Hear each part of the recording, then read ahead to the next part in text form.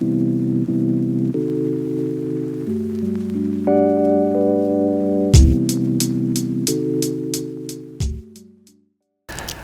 back, everybody. I hope that you're staying warm. It's not the easiest thing to do out there, but of course you are. I'm the one from Texas here, so it's taken some getting used to, but I do have the clothing, right? No such thing as bad weather, just bad clothing, I'm told. So our family has the clothing, but we're looking forward to a little more sunshine and perhaps a thaw at some point in the future. But I hope you also enjoyed our Sunday service. Now, many of you probably were tuning in, like you might be viewing this right now, from home.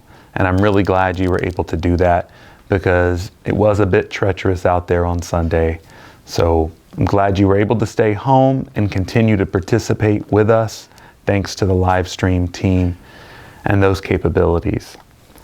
One thing that I touched on specifically in my sermon was the need to highlight forgotten voices and stories that linger and very much want to be heard. And in fact, my suggestion, the belief I maintain, is that by hearing these stories and appreciating the tension and the struggle that went into books like Proverbs and countless other texts, we can appreciate the diversity of voices that existed then, and of course the unfortunate silencing of some of those voices through redaction and canon composition.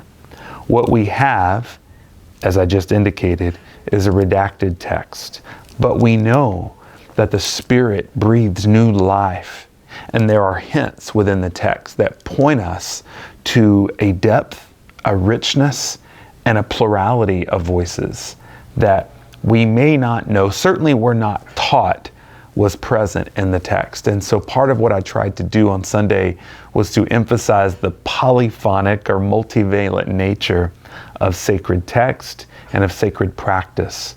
We are here both remembering, but more importantly, recreating, being inspired by the tradition and the readings of our tradition in order to recreate and refashion the world, to co-create this beloved community with Spirit, with God, by whatever name you may call that reality.